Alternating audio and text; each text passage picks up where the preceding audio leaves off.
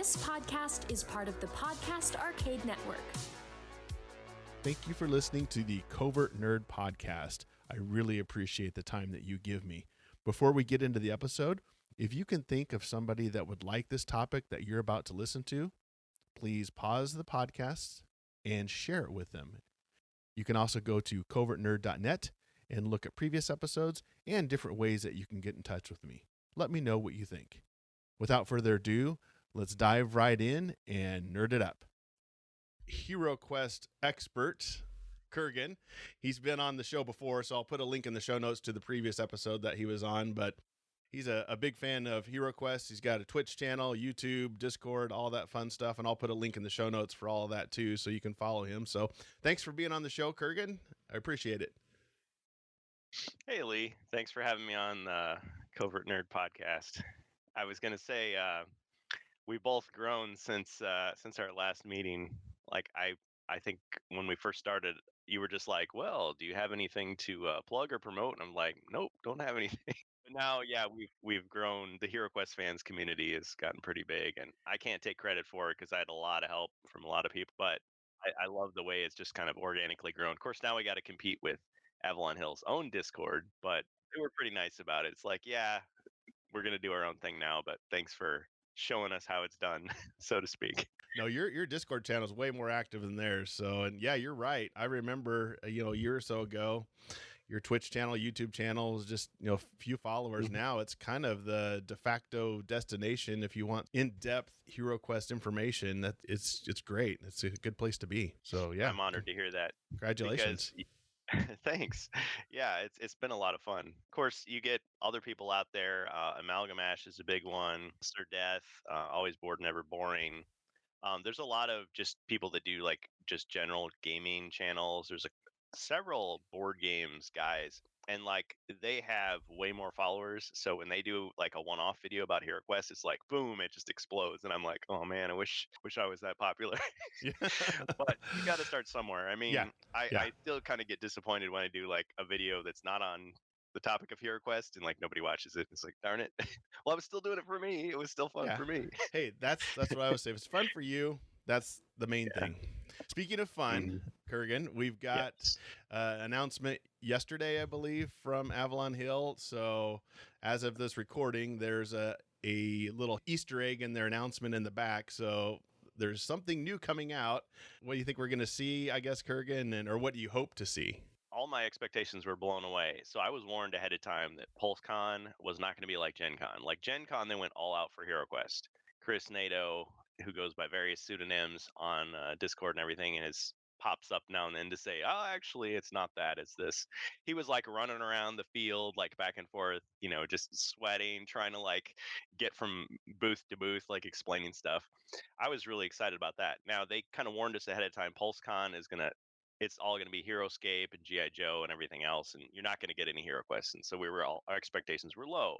But then, yeah, we got this clearly doctored photo that N. Carmine put on Twitter. Yeah, Twitter, where it was framing the old video that they did when they first teased the Frozen Horror remake in the background, and it's like zooms right in on the guy, and there's this box prominently behind his head, and it's like, we're just gonna have to chill out while we wait about that sort of thing.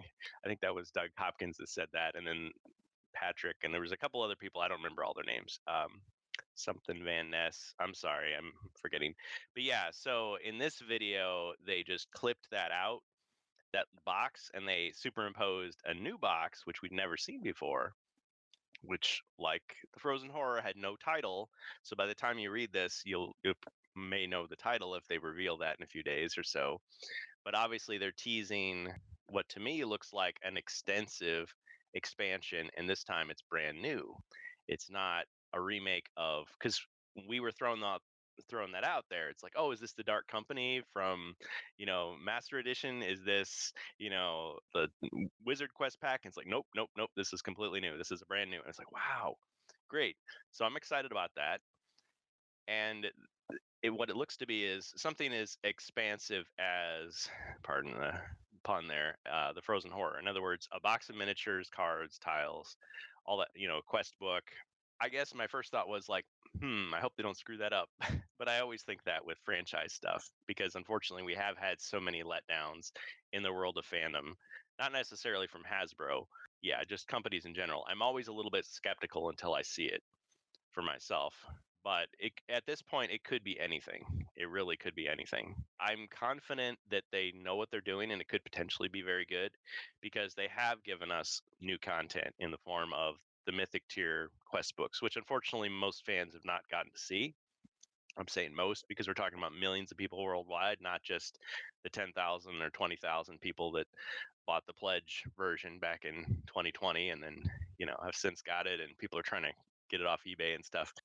So I think they definitely have the capability. I'm really curious to hear like who wrote the quests, but even knowing that won't really tell us much because I remember being skeptical about the Stephen Baker quest book that we got, thinking like, oh man, does he really still have it? I mean, it's been decades since he wrote anything, so is it really going to be good? And it turned out to be Prophecy of Teller. It seemed pretty awesome, and people were bad mouthing Teo Sabadia, saying, "Oh man, this guy's just some D&D hack. He doesn't know anything."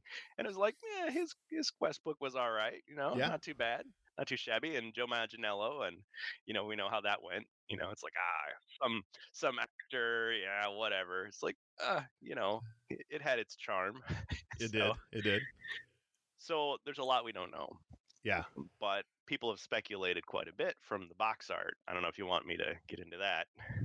Can't judge a book by its cover. I love speculation. So give us your Mhm. opinion on what do you think, based on the box art, might be in the box. Yeah, because we can't hear the people saying wrong, wrong, wrong because they know. So with hindsight, so we're just completely raw at this point. Yeah. The box shows what appears to be the four heroes: barbarian, dwarf, elf, wizard. I don't know why I always feel like I have to clarify that just in case somebody's catching it and doesn't know what HeroQuest is. Yeah, so you've got those, but then you've also got what appears to be a knight. I mean, like a classic knight. He's got the helmet and the plume and the cape and the big sword and the shield. Yeah, so there's like five heroes apparently, and they're surrounded by foes, and you've got your stereotypical like pointed ear elf characters out there, what maybe an orc, and then some characters that are harder to see, so they look like maybe ghosts, because I'm thinking of like the spectral orcs from Spirit Queen's Torment. And some people were saying, oh, it looks like one of those like centaur characters where they're half human half spider. And it's like, it's hard to tell because we're zooming in on this low res image and like people are enhancing it and up converting it and trying to like sharpen it and figure out what it is. Some of that stuff could be anything, but there's some creatures that you're fighting and some of them look like they could be elves or orcs. So one of the theories is that this is either a prequel or a sequel to the Mage of the Mirror elf expansion. It's like, okay, interesting. So there's unfinished business after the first one, or this is leading up to some kind of bridge. And then there's speculation that this will somehow incorporate the Guardian Knight character in there because there's been a lot of talk ever since the apology, ever since the Guardian Knight sold out and people were mad, and they're still mad about it. People are still trying to buy it for $180 on various online markets. Like, I mean, and Carmine, of course, Chris Nato, I think it's an open secret of who he is at Hasbro slash Avalon Hill. They hate the scalper market because it's like, man, these guys are making a killing. We're not getting any of that cash at all. And it's our own fault because we misjudged how many units to put out there or didn't put them out fast enough or whatever. So they're really dedicating themselves to retail releases now, which I think is the right thing to do. So I think this gives them a perfect opportunity to say, well, yes, I know we said that was an exclusive, and it was, but here's a resculpt, repackaging of the same concept, of a knight. I mean, he's got the same stats and the same skills, except it's part of another expansion. So if you already own it, you can still buy this. And if you missed it, you can say, well, at least I've got it in this other pack. So everybody's happy because they're trying to make as many fans happy as possible and undercut scalpers. So I think that's a good thing. I think they've got the right idea that they're trying to make the most money and build the fan goodwill and all that. So I would say what I would expect until I hear otherwise is it'll be just like the Frozen Horror in terms of like that package you get. So like 10 quests. I don't know if there'll be solo quests, probably at least one new hero figure in there, new monsters, tiles, cards, As to what they'll be, who knows? Could be treasure, artifacts, spells. I mean, if we're following the template. But I know that with the Frozen Horror, we a lot of people had this expectation. Oh, this is how they're going to do it from now on. We're going to get colored dice. We're going to get new character sheets, and it's going to be, there's going to be extras of mercenaries. That's how it's going to be. But then they showed us the Mage of the Mirror preview at Gen Con, and it wasn't that way. All of a sudden, we had like extra furniture. And it's like, huh? So there's probably going to be some type of surprise in there. But the fact that this would be a brand new pack means there's no expectations. So it could be anything. But I think they've sort of tested the waters enough. They've gotten enough experience, built their confidence up that they could deliver a great product. And I think fans would accept it rather than going, no, this is not what I wanted. This is not, because they can still remake that other stuff Oh yeah, yeah. They got plenty down of the line. stuff to pull from, and Yeah. I think you're right. They're trying to keep the existing fans happy and trying to garner some new ones. And I guess that leads into one of my questions here. Now that the newness of Hero Quest is 2021, the getting the last year getting the new release, how has your opinion changed of Hasbro and Hero Quest overall compared to what it was before the new re-release came out? Yeah, well, I think during the pledge drive itself, I had kind of a, conversion experience because when I first heard that Hero Quest was coming back, I thought, oh no, it's going to be like so many other things. Yeah. There's going to be a lot of hype and it's going to be some forgettable, they don't have it anymore. They don't know what made it famous. Like so many other rebooted franchises, it's going to crash, it's going to burn, or worse, they're going to ruin it. They're going to Yes. destroy it, the memory is going to be tarnished. Of course, as a classic fan, I thought, well, that doesn't affect me because I have the old game. I can go right back to it. But I would feel bad if, new kids coming up hear about Hero Quest and they're like, oh, yeah, that's that kind of like mediocre thing that nobody Yes. likes. Like, no, no, no, no, that was the remake. Forget that. So I didn't have to do all that. So by the end of the pledge drive, I was convinced, okay, this is going to be a good product. I only hope they bring it to stores. And people were like, yeah, yeah, of course they will. Of course, then you had people saying, no, they won't. Yeah. I remember that discussion. Yeah, yeah. It was like that was the thing. It's like, oh, okay, I can let out a sigh of relief. It's coming to retail. It's going to be out there for a while. More people will get to see it. So that was my going from extreme skepticism to acceptance that this is going to be okay. And yeah, we had all those discussions about, well, what if they change it? They change the names of certain monsters, and that's going to make people angry. And it's like it didn't even matter because I mean, you'll watch some of my streams on Twitch or YouTube where we're playing the game, and it's like I keep saying Chaos Warriors, and it's like, Yeah. okay, is someone going to sue me for this? No, Nah. I hope not. Better not. Well, I won't get into that, but yeah, it's like people just play the game how they always wanted to, but still there was that sense that yeah, a lot of these fans that are buying the remake are not actually like they're the parents, like they were kids who grew up and now they're introducing their kids to it, so they're going, yeah, yeah, we used to call these Fimmers, and these were Chaos Warriors, and yeah, Zargon's a guy. I mean, I know it doesn't really say if it's a guy or girl, but we know. But when you play as Zargon, little girl, you can, make it your own thing. So it's like there'd be that guidance, show the appreciation in the where we've come. But I still wanted like new people to be able to experience it fresh and go, this is really good. I can see why this was a classic, in the world of fantasy board gaming. And I think we've gotten that. And so I have a very positive. At least I recall a lot of people, myself included, you would say prior to the release, you were still a little skeptical just because Yeah. being burned by franchises now. But I think I'm very impressed with Hasbro, Avalon Hill, how they've handled it since then. Would you agree with that? Has it been pretty good since Yes. then? Yes. And I don't want anybody to think like I'm sucking up to them either, because I think there's a fear or perception out there that like, oh, influencers, like since I'm a small time guy, like I could be easily like influenced. Yeah. Yeah. Be like, ooh, I'm gonna be starstruck because this guy from Hasbro is like talking to us on stream. Aren't I special? And like I better like stay on his good side. Like, I mean, there's some thought that okay, well, if I'm too harsh on these products, he's just gonna like be like, screw you guys. I don't think so. I mean, I think they would be diplomatic to try to like if they think that we're the real fans, like, oh no, these guys are outliers, they don't count. they'll spend their time wisely because that's what marketing is. I'm not in marketing or sales, but from what I understand, it's like you don't deliberately blow people off. You try to win their trust. And yes, there's a kind of give and take, a kind of utilitarian manipulation or whatever. But so I kind of try to keep that professional distance. But at the same time, it's like, oh, yeah, I want to tell you guys something. Like, sure, go ahead. Like, what is it? Because my reaction is not guaranteed. I'm still going to try to evaluate it as a old school fan. And someone can always write me off and say, yeah, he's some old school fan. Yeah, but the kids these days, they want something else. It's like, hopefully they're not that shallow with it. And I'm sure they're pretty sophisticated. So I think, sorry, I kind of lost my train of thought there. Your underlying question was, Maybe you're the same way, as the bar was kind of low at the beginning anyway.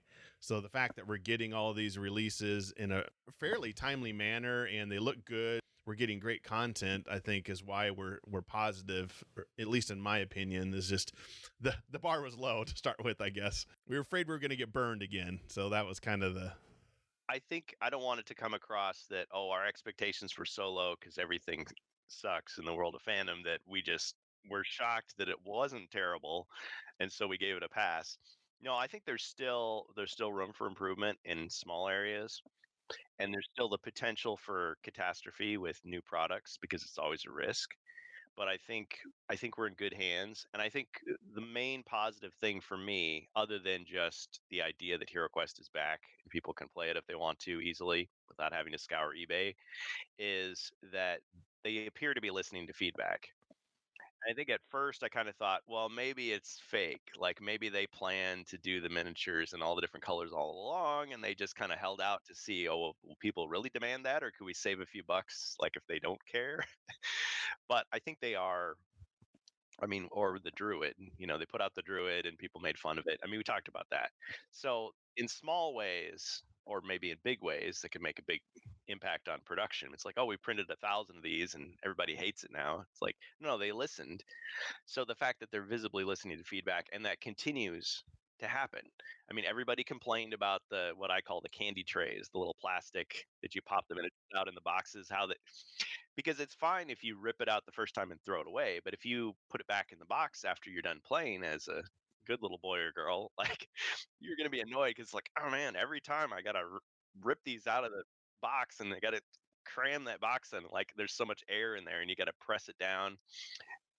So they came out with a new box, a new retail box that's like smaller, and it's got a clear plastic sheet that you can just lift off and the pieces just gently come right out. It's like, oh, why couldn't they have done that the first time? But at least they listened to feedback. They improved the product, even though everything's the same.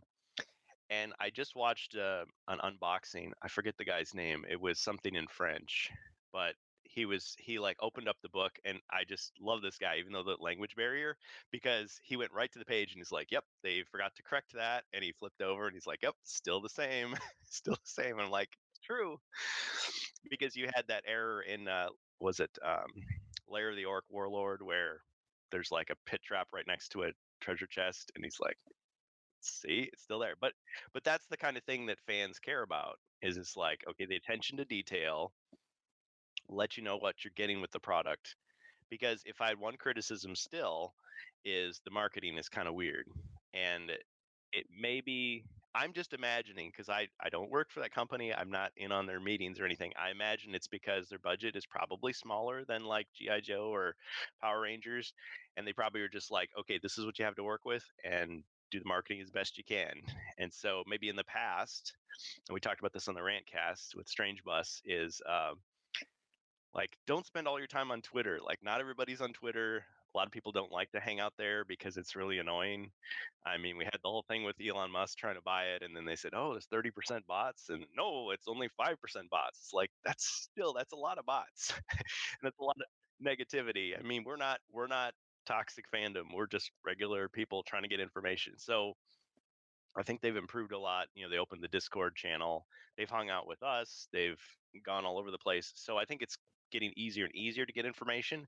But I think they got off to a rocky start with how do you know the product exists? Well, you're surfing the web randomly one day, and all of a sudden, some like Australian sellers like pre-order. 1 year from now, like what? What is that? Hero Quest, huh? Like that's all we got. It's like it seems like kind of a weird way to get people's attention.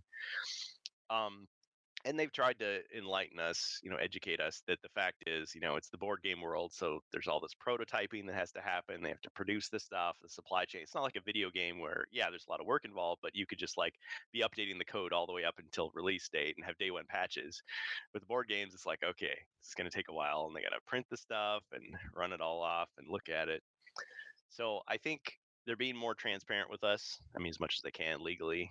Um, and it's getting easier to communicate with them and hear about stuff. And I think they are listening and they are making improvements along the way.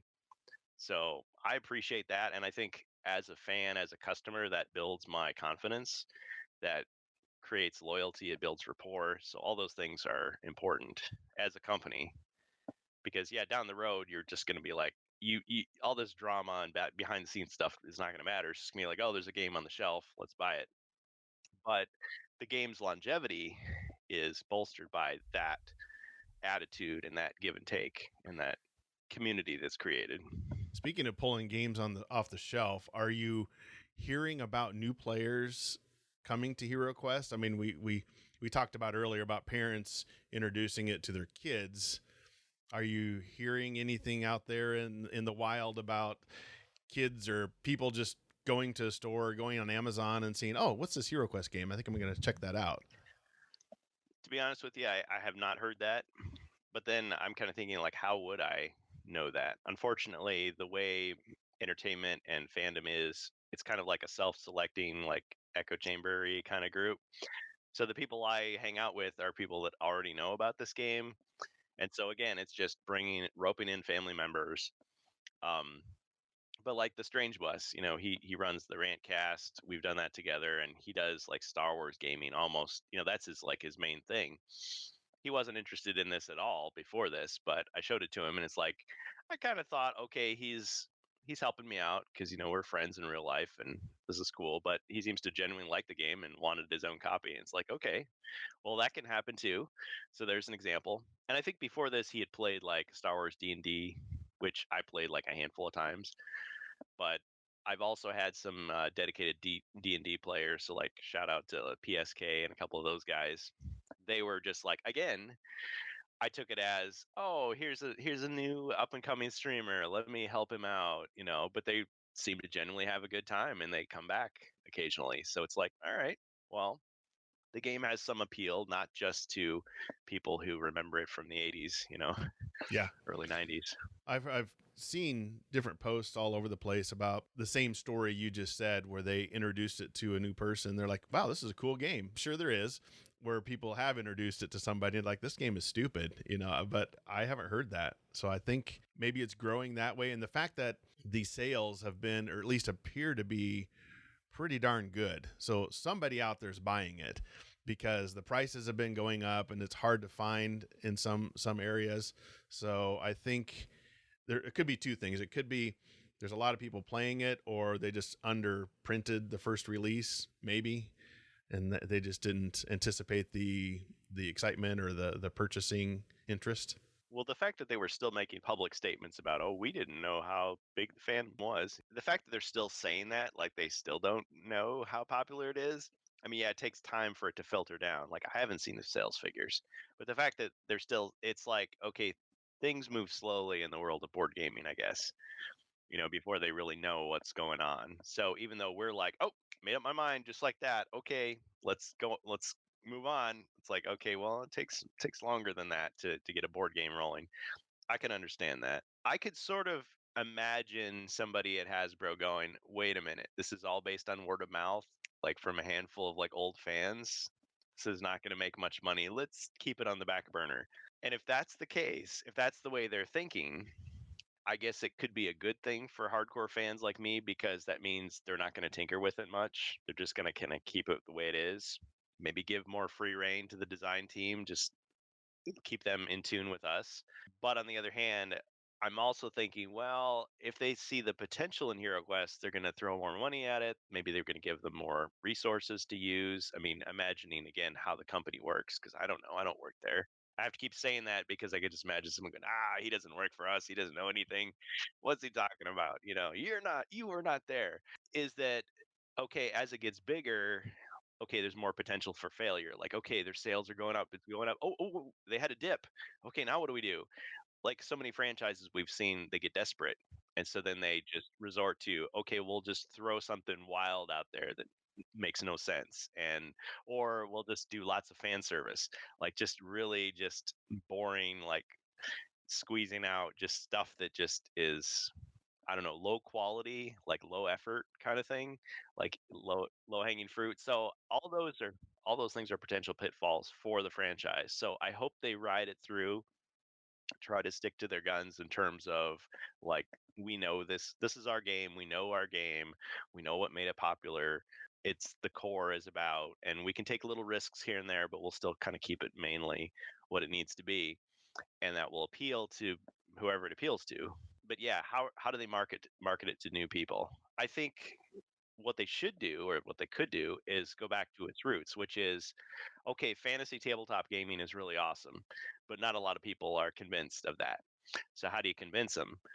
Well, okay, so you show them Critical Role, like watch 10 episodes of Critical Role, and then you'll be on our side. It's like, yeah, that may not sell everybody, because that's not really how most people play D&D anyway. I mean, get a bunch of actors and a nice set and like good lighting. It's like, nah, it's just a bunch of people like having a good time and messing around most of the time, and then playing the game for a small portion of that time, and then it goes on and on.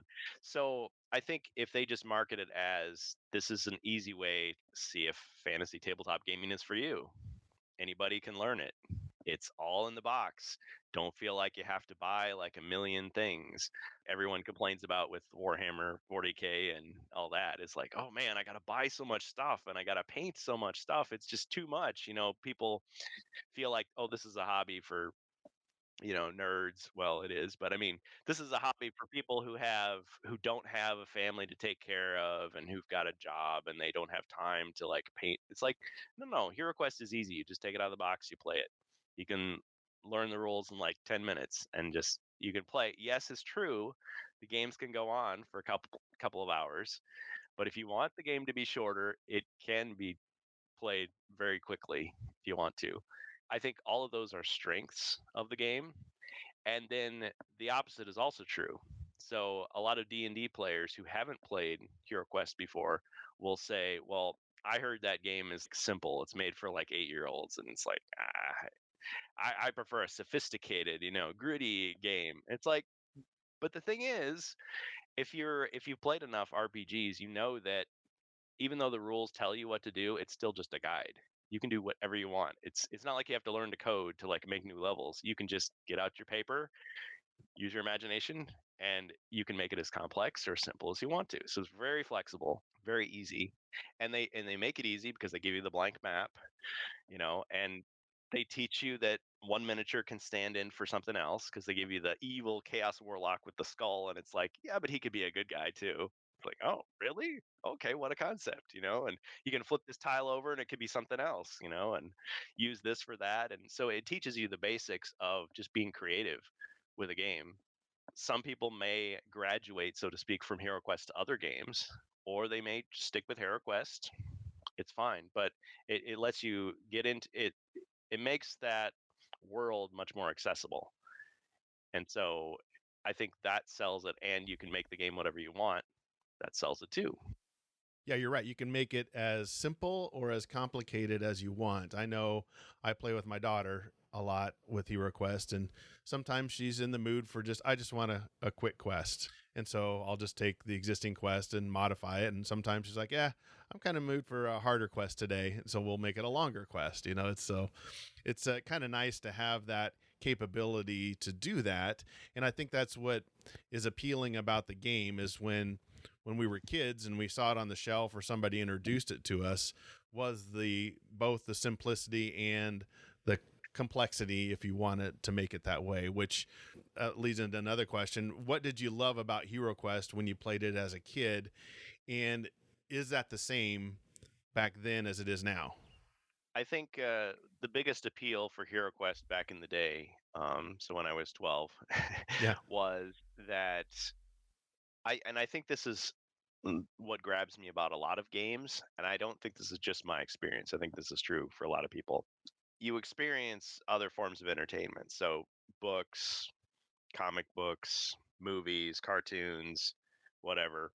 And you kind of start to imagine, well, would it be like if me and Conan the Barbarian were on an adventure together? Or what if I was on the Death Star? Like, what would I do? Or I want to be Spider-Man, but I can't. And so by putting you in the driver's seat in this game, it immediately gives you that, because I mean, I just remember opening up the box with my brother and being like, "There's orcs in here. Wait a minute, what? This is Lord of the Rings." Like, oh, I get it. So we could be doing something like that. There's goblins and a wizard. Yeah, like King Arthur. Oh yeah, like Merlin or Gandalf. And so you start to get ideas of thinking like, okay, I know this is not that thing, but it's something like that I can experience. Like I read something once, which blew me away, which was that Doom, Doom, those first-person shooters, like it wasn't just an original thing. Like you're fighting demons with a shotgun. That's weird. No, it's like, oh no, it was based on Alien and Aliens. It's like, oh, okay. So you're like, I'm feeling like I'm in Aliens, and I'm fighting, except it's disguised as something else. So Hero Quest kind of gives you that way of like living a story, and then you can take it in any direction you want. Like I didn't take it as far as a lot of people did. Like you interviewed the one guy who did, I forget his name. He did the Star Wars, like Clone Wars, like mod of Hero Quest. It was like, oh wow, that's amazing. He put a lot of effort into that. Yeah, he incorporated his kids and him incorporated all the Star Wars characters, but just used the Yeah. frame of Hero Quest. Yeah. Yeah, because it's like, oh, this is a game engine that I could use for anything I want, not just the fantasy sword and sorcery, Yeah. quasi D&D / Tolkien, Lord of the Rings world. Yeah, but at the same time, like I really liked that kind of mythos, even though it wasn't exactly the same. It's like, oh, okay, it's not Middle Earth, it's Britannia and the Empire and whatever the old world. Like, Yeah. okay, yeah, I pretty much know what it is. I mean, it's the same appeal of something like Lone Wolf. It's like, yeah, I know it's Magnamund, but I feel like I'm in like the D&D world. It's just Yeah. everything's kind of a different name, but it gives you more freedom because then you're not kind of hemmed in by, oh, well, that wouldn't happen in canon. It's like, oh, maybe something else similar could happen. It gives you more freedom to have your own adventure. So that was definitely the appeal there. And I think also the fact that it was open ended. It's like, wait a minute, all a broadsword is just 3 dice. That's all it is. Like it could be anything. It's like, interesting. So I could just say, well, wait, what if there's another kind of sword that's 4 dice? Or what if, oh, the magic spell, all it does is just makes you miss a turn. Well, what if I make it so that you gain a turn? Or, you could just it showed you how easy it was to change the game to something else. And I think we mostly just kept it within the same realm, like, oh, this is the quest that happens after Return of the Witch Lord, and on and on and on. But yeah, other people took it in other directions. So I think what still appeals to me is the setting because there's nostalgia for that, and I still enjoy that world and that lore and aesthetic and everything, even though it's slightly changed in the remake. But I think the open-endedness of it appeals to me even more because I feel like putting even more effort into changing it and updating it.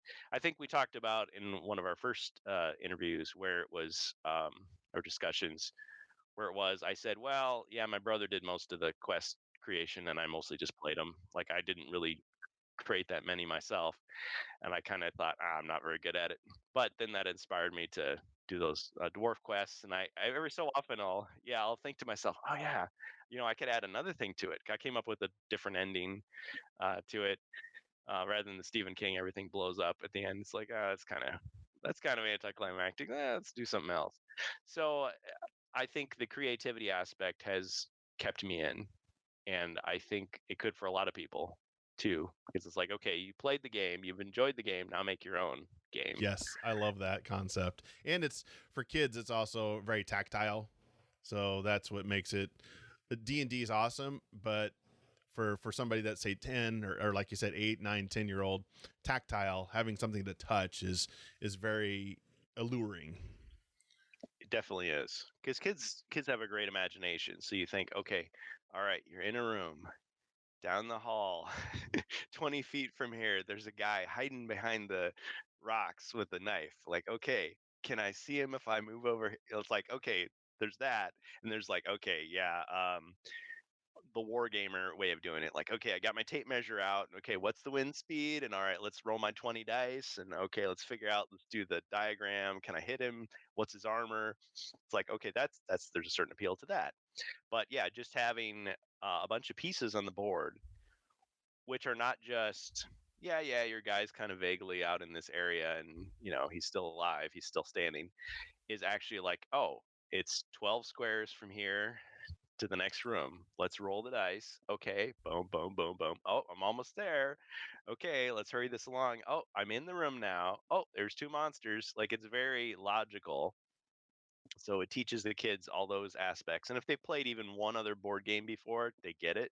It's like, oh yeah, I drew this card, so now I got to do this. So it's very logical, and yeah, like you say, tactile. Because as a kid, I like to pick up the monster and kind of look at, oh yeah, yeah, that orc, he looks like he's just so happy to be here, like he just can't wait to kill somebody. Like, I love it, you know. Or the dwarf, he's just chilling out. But I mean, we would do funny things, like we would just, like any kid, you take, because you're picking up the pieces, and the barbarian, we'd always pick him up by the sword and carry him around, because the sword is the biggest piece on there. But I mean, we would like tilt the guy over and be like, oh yeah, he's poking him with the sword, like you're playing with toys. It's like, okay, well. Yeah. I remember my kids would broke out the old Quest and they would just play with the figures and kind of make little stories and stuff. So it is very tactile. You mentioned the dwarf quest that you made. Explain to the listener then, how do you create quests, and are there any tips about story creation that might help inspire, help people make their own quests? With a lot of quests now, looking at them, because there's various websites now that have tried to collect like the Hero Quest quests from the past. Because officially you had, White Dwarf magazine releasing, I guess, quasi-official quests, and those are ones I'm not sure could be released now, because I guess they'd have to get permission of whoever, well, from Games Workshop first of all, because that was their official magazine, and then who wrote it. But I mean, lots of people made quests, and where did those quests end up? They could have just been thrown out with the trash, or they could have ended up in some attic somewhere. But occasionally you'll go on eBay and you'll find like just a pile of like scribbled notes. Like, what is this? Can you sell this? It's like, I don't know. It was in my Hero Quest box. You can have it. It's like, oh, interesting. But when you're reading that, you always got to realize this was probably like 9, 10, 11, 12-year old, and maybe it made sense to them, but you're reading it and you're like, that's kind of silly, kind of childish, but it's also cute because you're getting a glimpse into somebody else's life, and it's like, oh, nice. So I guess when I was creating my quest, there was a lot of pressure on me, because I thought, oh man, like I talk a big game about how don't ever do this and don't do that, and but now people are going to look at my stuff and pick it apart and go, you could have done better with that, really. So I was trying to incorporate a lot of things that I'd heard and seen. I guess in my mind, I was thinking like, okay, I'm playing through the Frozen Horror now as of this speaking, and it's like this is going to take us a year, because these quests are long. They're like twice as long as the game system quests, if not more. Like, I think I've taken like 4 hours to complete a quest, whereas like seen other people complete them like 2 or 1.5. It's like, okay, I'm going slow. I know I'm going slow. And part of it's because I do participation with the chat. But anyway, all that aside, when I was writing the quests, one of the things I was thinking about was time. Like, okay, the more monsters I put on board, the longer the quest is going to take. And since I was trying to do a solo quest, I had criticized the elf and barbarian quest packs a lot, because they threw you into these solo quests, and they build it as this is a perfect opportunity for a brand new player to enjoy this, and then they proceed to just destroy you with like one of the most difficult quests you could imagine. Like, forget the trial, it's like this is way harder than the trial, and you're by yourself. And so thinking about, okay, if you take a character like the dwarf, who doesn't have any magic to speak of, he can't heal himself, like there's all these ways that this could go wrong very quickly. And if it's a new player, you run the risk of just beating them up so hard that they just don't want to play anymore, because there's a certain confidence. Yeah, there's a certain confidence you have to build in a game, because yeah, nobody likes a sore loser, but at the same time, it's like you have to get a little bit of experience under your belt, give the game a chance, and then you can start getting challenged more, and because you're not going to scare the person away by killing their hero off a couple times. So I was trying to keep all that in mind. And then it's true that, yeah, you could just give the dwarf a bunch of equipment at the start. You could just say, "Oh yeah, here's a stack of magical scrolls." And it's like, but then why not just use the wizard at that point? Because what's unique about the dwarf? So I was trying to think of, I want it to complement the character. So I thought, well, of course, what's the dwarf skill? Fighting and disarming traps. So I put a lot of traps in there. So a lot of opportunities for him to roll and occasionally screw up, because it's not always going to come out in his favor. But I guess my philosophy in this one was, I wanted him to enter the base and he's looking for Borin's artifacts.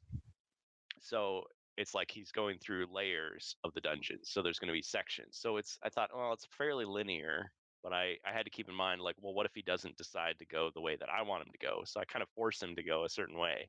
It's like, all right. But I got some feedback from another person on Yield, and I was just like, okay, can you look at this and tell me if you see anything wrong? Like, okay, so getting that extra feedback. I haven't actually played it yet, but I did kind of play test it. So after I wrote the quest, I tried like just moving my finger, because I didn't set the whole thing up, full dress rehearsal. I just put my finger around. I'm like, okay, if he meets this guy, okay, roll the dice. There's a reasonable chance he'd survive. Okay, next one, next one. Okay, what? Oh, he died right there. Okay, well, could he survive? And so I'd like re-roll the dice and see, like, is it a? So it's not 100% like a simulation, but I tried to come up with a way that he could reasonably complete the quest. And I tried to add up the monster body points and go, it's a little too much. Let's just replace some of these bigger guys with smaller guys. I think the strategy I ended up with, which not everybody is going to do, is that he would go through a section, fight a bunch of monsters, and then he would get to some healing. It's like, okay, that's an old trope that you'd have in like Doom, like, oh man, you blew up a whole bunch of, cyber demons or whatever, and then, oh, a room full of health and ammo, finally. And so then you're ready to go for the next section, and then, oh no, a bunch of spider masterminds, and then, oh, a bunch of health. Oh, phew, just what I needed. So it's like one thing to the next, because you otherwise it's like, oh man, you have no health and you're just, barely surviving. One thing I did put into this quest, again, I guess Doom just keeps coming up, is remember those key cards in Doom where it's like, oh, you got the blue key, and then the red, and then yellow, and it's like, and now it seems kind of trite and kind of boring to do it that way, but it's very logical, it's very methodical.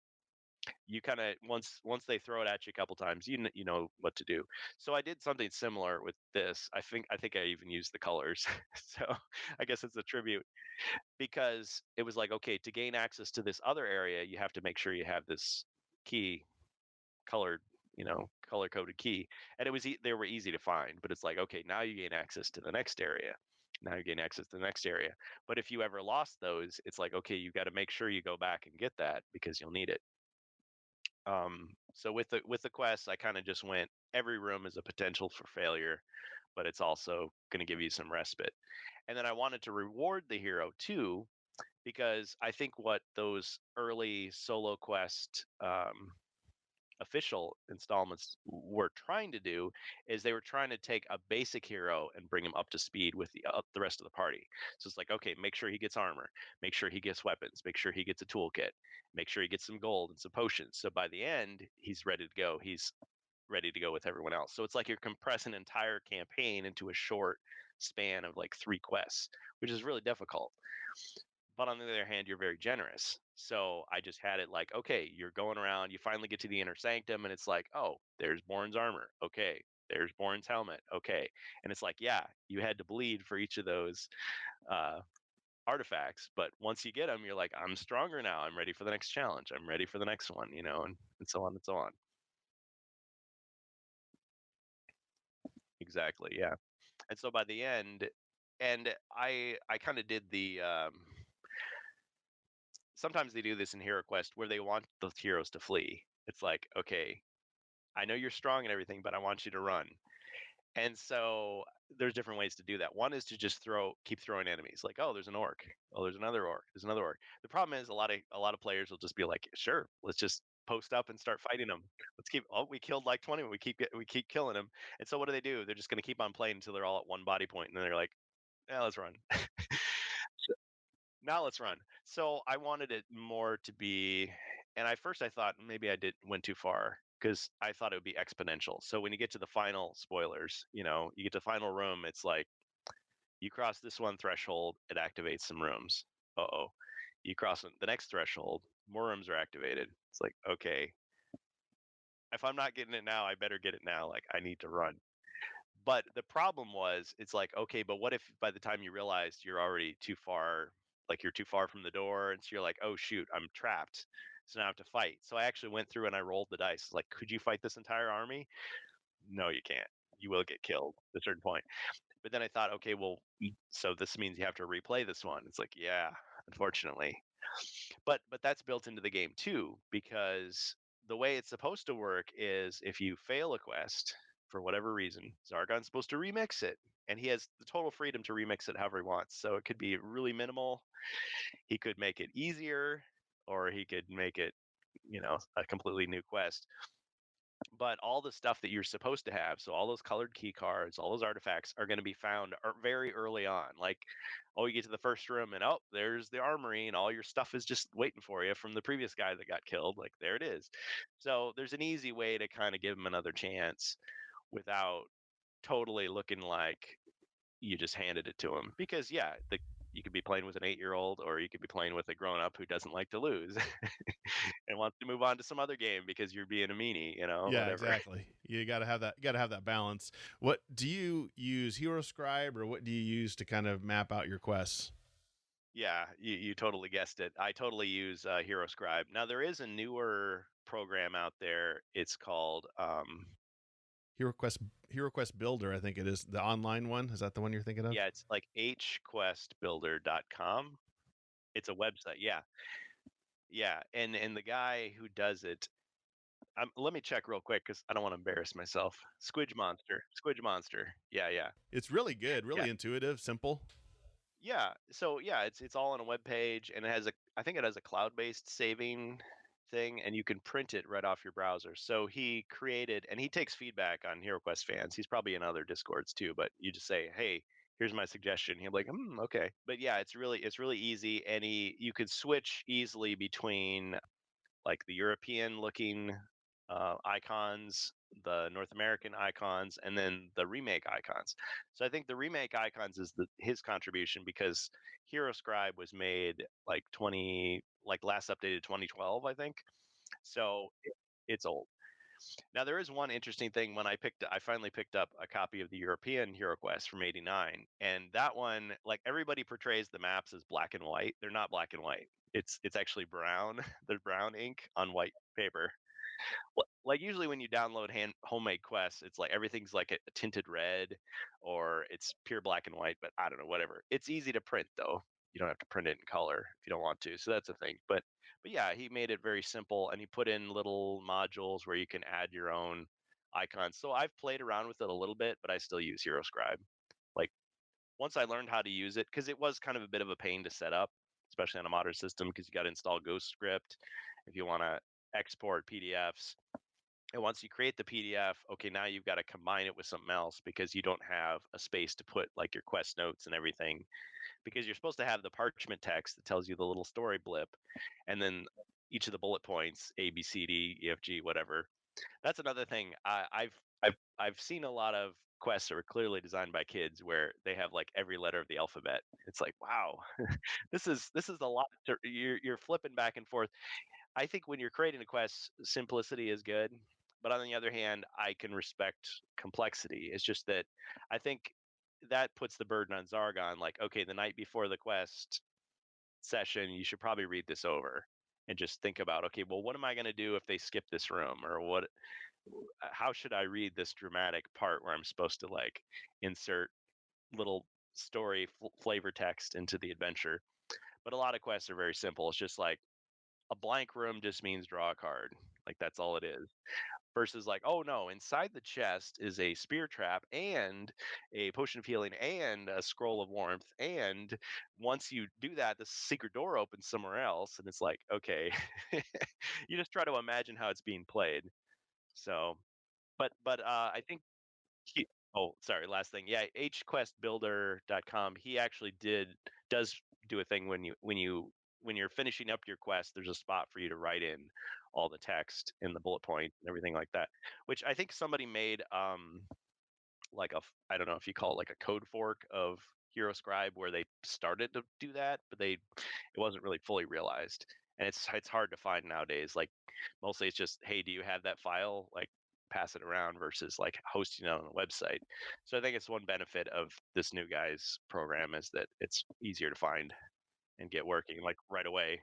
It's slick and intuitive and easy to use. So anybody, that's what maybe if we're criticizing Avalon Hill or Hasbro would be their official one, but maybe this guy's is just as good. So I don't. Yeah, where's their adventure design kit? Yeah.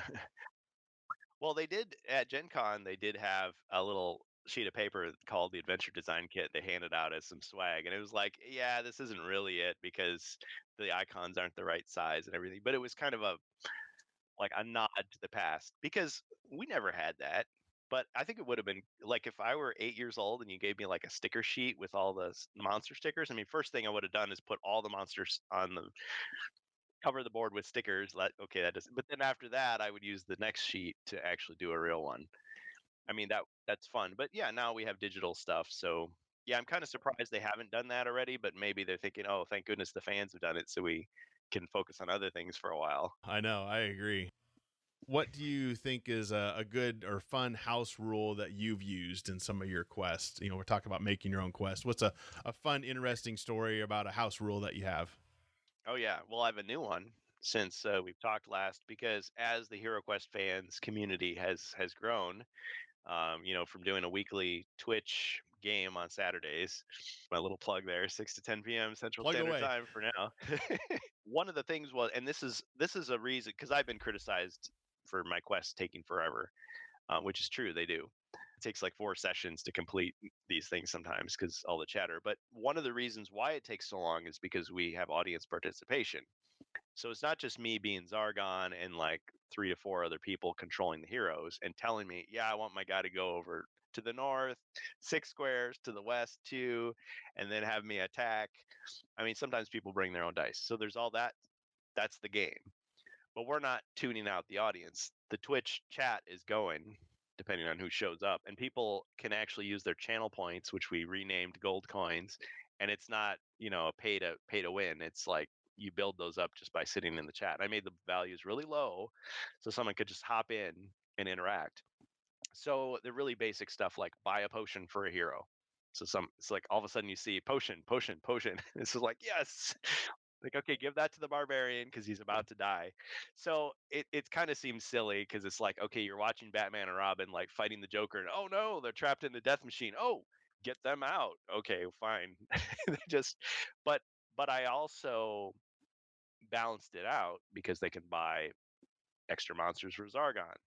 They can require me to draw a chaos card, so you can help the bad guys too. And I had to clarify the rules for a couple of people because they were playing as a hero and they were buying stuff for themselves. Like, that's not quite how it works. I mean, yes, I know you earn those points, but the heroes are playing the game. The people in the chat are the ones who can influence. And it's still up to Zargon because I was thinking, well, what if you get like a tug of war someday where someone just shows up and is like, I'm going to derail this game by just making it super easy for the heroes. It's like, okay, so you need the bad guy, the devil's advocate, to show up and like give me tons of monsters to. But I mean, maybe that day. I mean, it's almost like you imagine like professional wrestling. I mean, it's predetermined. We all know that now. Sorry, 80s kids time traveling to now. But I always imagined when I was a kid that the crowd actually influenced the decision. Like if I cheer hard enough for Hulk Hogan, he's gonna win. But if I boo him a lot, maybe the Undertaker will take him down this time. And that could happen.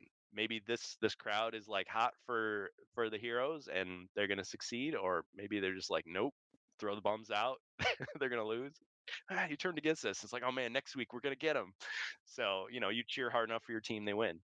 So that is, I guess, in and of itself a house rule. But I outside of like Twitch or some other community, how would that work? Like you'd have people sitting at the kitchen table and you have people in the back going, "Hey," you know, or like Uncle Steve walks by and just like slams a potion card on the table and walks away. It's like what? It would be strange. I like that idea for your streaming that the viewers can help influence the outcome. So that's a cool idea for streaming. So, but yeah, you're right. In a local kitchen table game, Just search for treasure.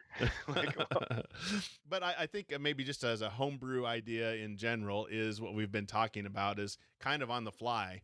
If your heroes are doing really well, as the GM, you can just throw out some more traps, throw out some more monsters, or vice versa. If the heroes are really struggling, maybe take away a monster or get rid of some traps or whatnot. adaptive difficulty. And I think that, not to give away any secrets of how he does stuff, but that's how my brother plays. It's like when he GMs, he's very like on the fly, seat of the pants, he can just like adjust it like that. It's like, oh, people seem to be bored. Okay, boom. You just found some more monsters, It's just like, on the other hand, like part of me wants to say, listen, I'm like, when I started doing the Frozen Horror, like it hadn't come out yet. And I just wanted to show people how hard it was. So I was just like, I'm playing it straight. The guy's walking right into a trap. Oh, he got killed again. Like, okay, let's do it again. Let's see if he does it. Oh, you know what? He just got overwhelmed again. What are you going to do about it? But then after a while, it's like, yeah, I guess as the GM, I kind of like absolve myself from responsibility because it's like, oh, it wasn't me. It was the chat. Blame it on them. Yeah, yeah. It's like, the referee wanted to call it, but the crowd wouldn't let him. It's like, they were throwing stuff. They knocked out the ref, and now Hulk Hogan's getting choked out, and Oh man, I love your 80s Hulk Hogan references. That's awesome, man. oh yeah, that was the other house rule. We threw in wrestling moves. It all started. I'll tell you the quick story. Yeah. So if you don't care about wrestling, you're whatever, this weirdo. But fast forward, yeah. So in the Frozen Horror, I was reading the notes, and actually, I think I got one thing wrong, which I won't really get into too much. But when they re-released the Frozen Horror and they had that Into the Northlands quest, and it was like, okay, here's play testing, and they gave all these great suggestions, which I really give them credit for, because a lot of those were my ideas. But I mean, I think there were common ideas that people had. It's like, well, this seems a little broken. Shouldn't there be a way to break out of the Yeti hug attack? Because it automatically gets on you, and if you're by yourself, there's nothing you can do. So in the draft notes that Luca Pasci was discussing with various guys is okay, you roll the dice when you get caught by the Yeti, and one roll, like you get a white shield, that means you didn't take any damage, so you survive, but you're still stuck. Two white shields means you break out. And then I thought, what if 3 white shields were rolled? Then what happens? Like, oh, maybe you reverse it and you like judo throw the guy, and then the monster takes damage. So it kind of took off from there. And so now we have a house rule on the Twitch Hero Quest where it's like, okay, you just come up with a wrestling move and we'll just do it. I think the most elaborate one was, I mean, because usually it's just like, oh yeah, you body slam the guy or whatever, but is like, okay, it's the Undertaker. Like if you remember the Undertaker, like the lights would go off in the stadium, and then they come back on, and there's flashing lights. It comes back on, and the guy's like, huh? The other wrestler's like, what? And then the Undertaker's like right behind him, and does the tombstone pile driver. So, and I mean, I didn't watch wrestling as a kid, but even I remember that. It's like, wow, that was fun. So I actually dimmed the lights and I tried to like flicker my little desk lamp, and then it's like, and then I just like turn the little piece over. So yeah, so it was just a funny little silly moment. But I mean, everybody seemed to appreciate it because it was like, oh, it was your idea. Let's make it Let's go happen. with it. Well, one thing I Yeah. want to get your opinion on, and maybe you've discussed this in some of your shows, is the online controversy about the mythic tier. Should that be released to the public? Why or why not, in your opinion? Right. I'm glad you brought that up. So You can settle this once and for all. Yes, this is the final word. Like so many other things, I don't know the legalese of it. So if because they had those guest designers, so do they have any say in this? Do they care? Did they sign away their rights, or do they have to give permission? So I'm sure Stephen Baker's on board. Like, why would he not be? I mean, as far as I understand, he's a freelance guy, so he kind of comes and goes. He's friends with the design leadership. So I mean, I'm sure either if he has a problem, they would smooth it over with him, or he would acquiesce to what they say because why wouldn't he? But the other people, I don't know. I mean, for all I know, it's tied up somehow. But I know that the Dungeons and Dragons world is all subsumed under Hasbro. TSR, Wizards of the Coast, it's all part of the same company. So they could just, I would think they could just say, yeah, Teos, you step aside and we're going to just release your stuff. On the other hand, for all I know, there's some writing credit where it maybe they decide no, only under these conditions, and it's like, oh man, you know. So I don't know how all that works, but my understanding would be that there's no reason why they couldn't do that. They couldn't release it. Now I know with the Guardian Knights that we were told this, that they signed exclusive deals with certain retailers to release this specific version of this product. So there was some fine print that said, I don't know if it was as simple as like if we change the pose of the character or rewrite the little story, like, oh, this isn't the commander of the Guardian Knights, this is the lieutenant of the Guardian Knights, or how much would just kind of like the Games Workshop thing with the old world, like changing it to Dread Warriors and abominations. Like, could they just like reword it slightly so we're not violating this agreement, but we're still releasing it, or is it no, out of respect, we're just not going to do it? So I don't know what hurdles they would have there, but I would think that a company like that, they could figure it out. They could release it. Now, I know that their strategy, and they've actually, I guessed this for a long time, but Ed Carmine finally like agreed with me. I'm like, see, I thought it was obvious, is that they're trying to walk that fine line between all the different types of fans.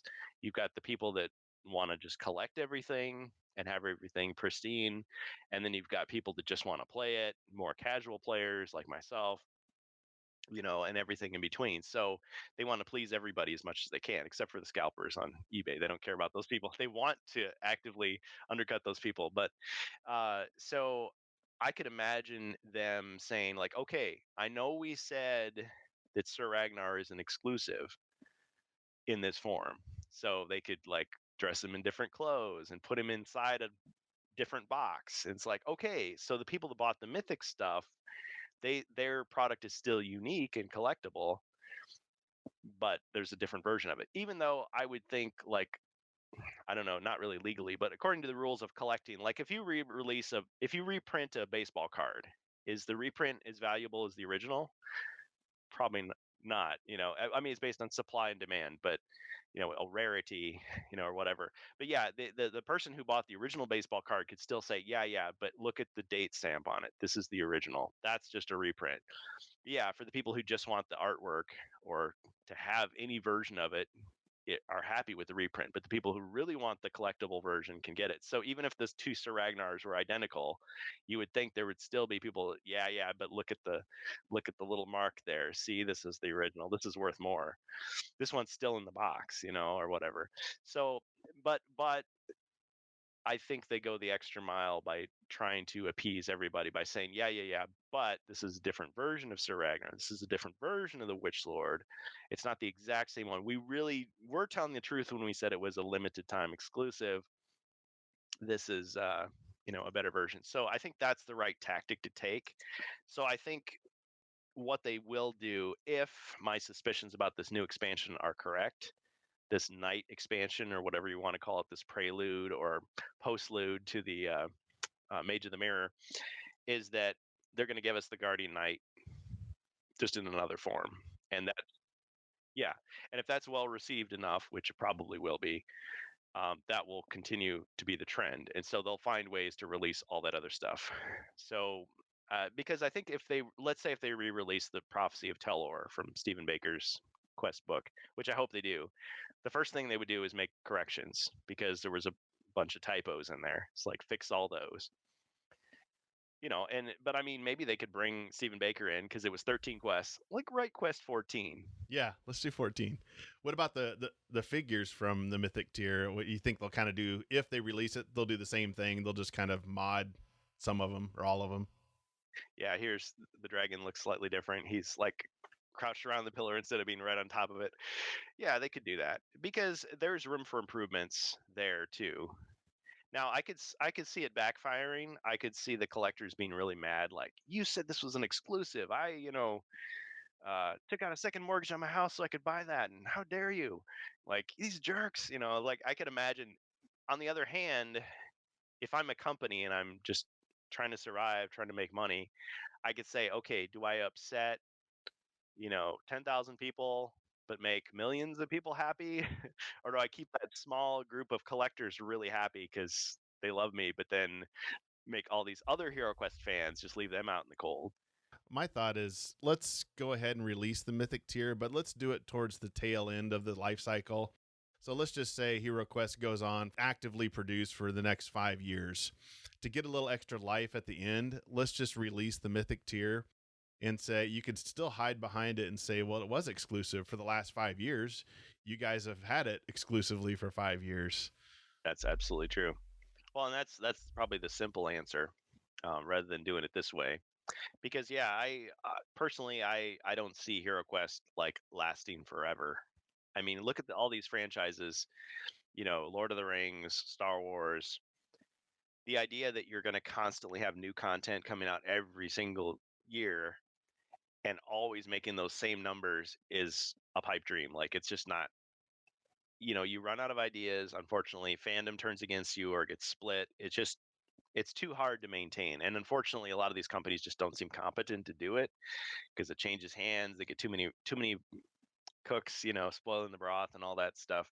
Something small with Hero Quest, like, as long as they keep the main game and hopefully, the majority of the expansion is just available, it's going to be fine. It's going to be like Monopoly and all those other games. Like, people are always going to buy it. I mean, maybe it's not going to be like the top seller always, but it'll have that longevity versus we have to just keep churning out product after product. So if they do it for a few years, and yeah, if they could just say, "Oh yeah, to celebrate the anniversary of the return of Hero Quest, here's the new thing," but don't worry, you know, your original sealed in the box Mythic tier is still worth a lot, and yeah, you had it for all these years before everybody else, but now the rest of the world gets to enjoy it too. That's how I'd like to see it. Said, hey, but Mhm. some people, boy, online, they're like, no, don't ever release the Mythic tier. We started it. I'm like, but still, if it's 5, 6 years later after the release, come Mhm. on. We funded it. Well, you just do. You remember the Lord of the Rings extended editions, where like the movie's over, Fellowship of the Ring. Ah, that was good. I wonder what else they changed. And then the credits start, and it's like the entire Lord of the Rings fan club, and it's like 10 minutes of like names. Like, dang, they could put.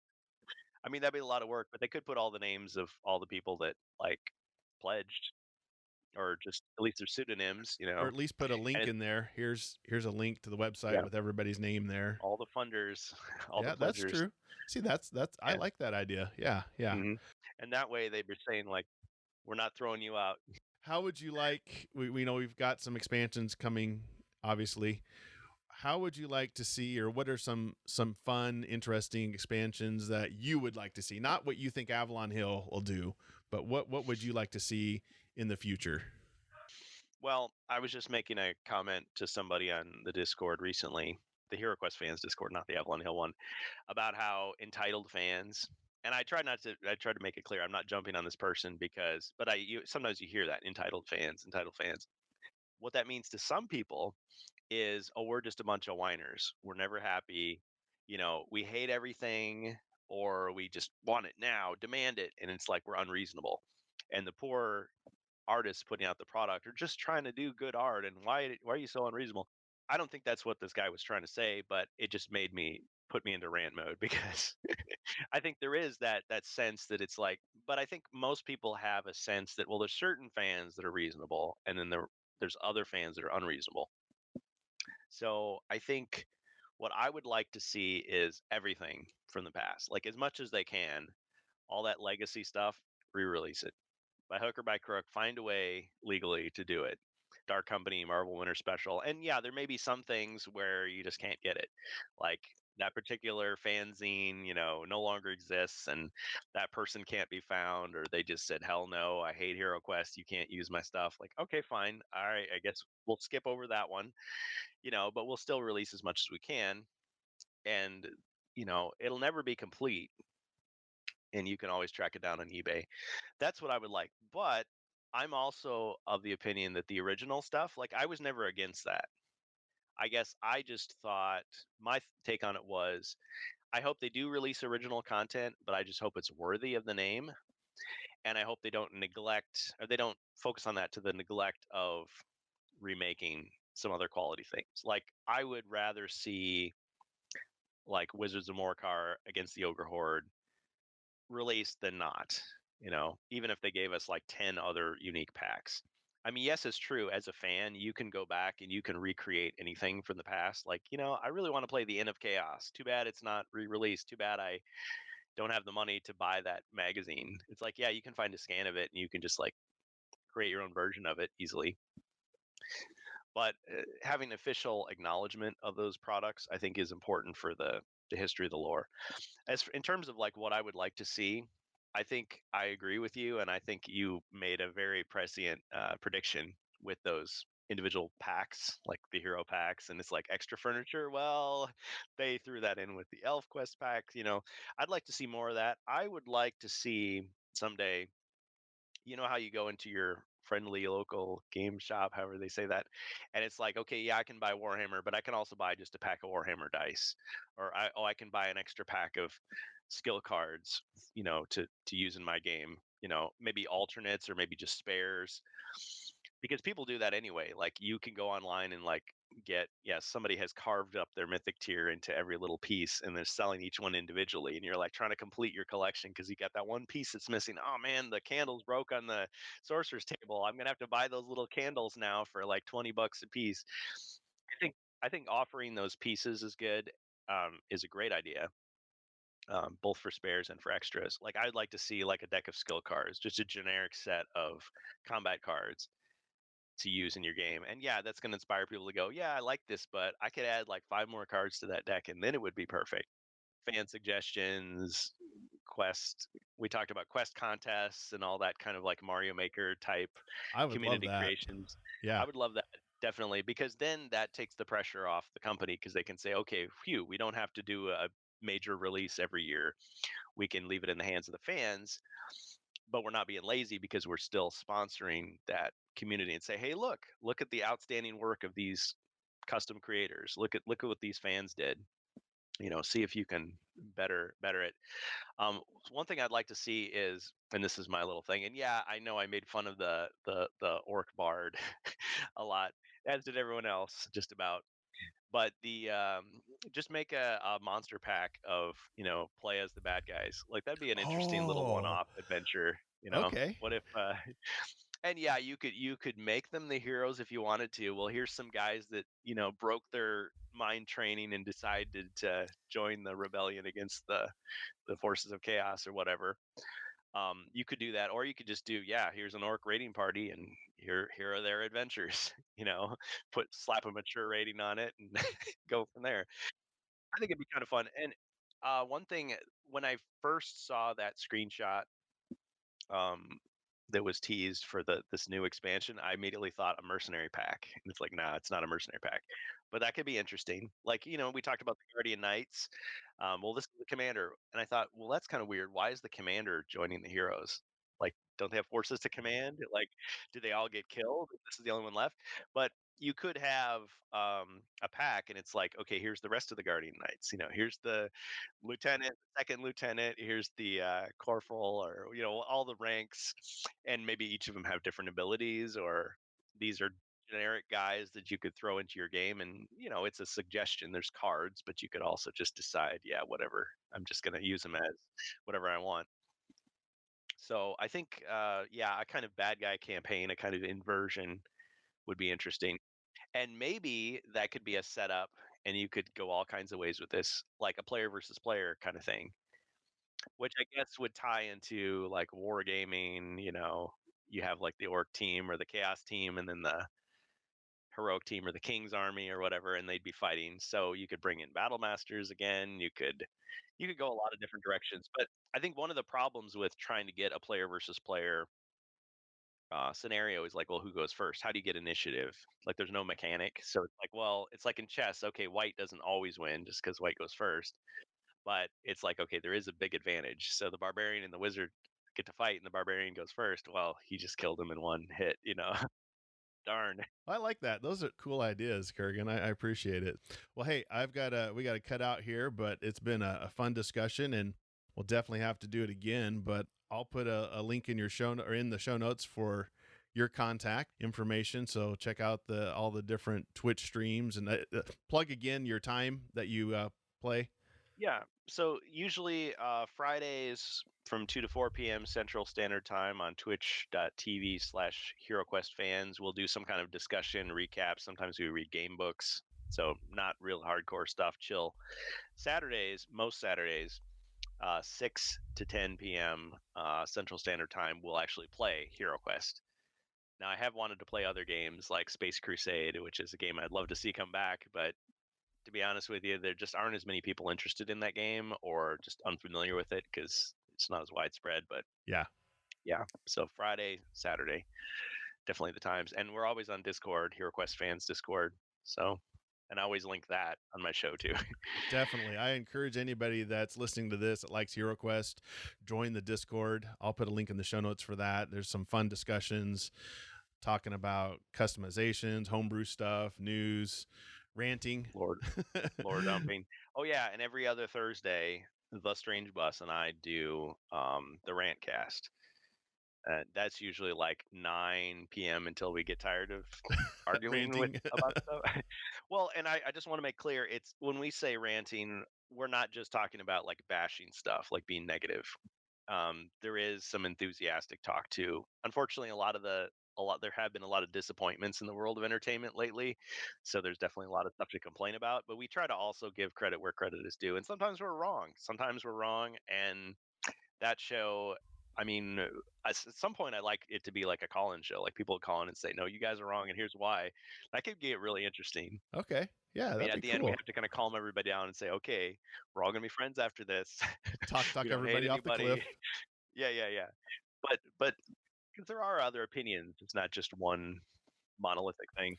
Yeah, and I should clarify too. I love HeroQuest. I think this release has been great. Obviously, I have some criticisms, but in general, it's been great. So I love what Avalon Hill's done and re-energized the whole community, I think, in a lot of good ways. They're on the right track. Yeah. They're on the right track for sure. Cool. Well, hey, Kurgan, I appreciate it. I'll let you go, and I'll get this released, and definitely reach out to Kurgan, and we'll talk again next time and see what we can discuss more about HeroQuest. So thank you. Yeah. Thank you so much, Lee, and keep up the good work with Covert Nerd. I've really enjoyed being part of it and seeing what you have to come up with each time too. All right. Thanks, Kurgan.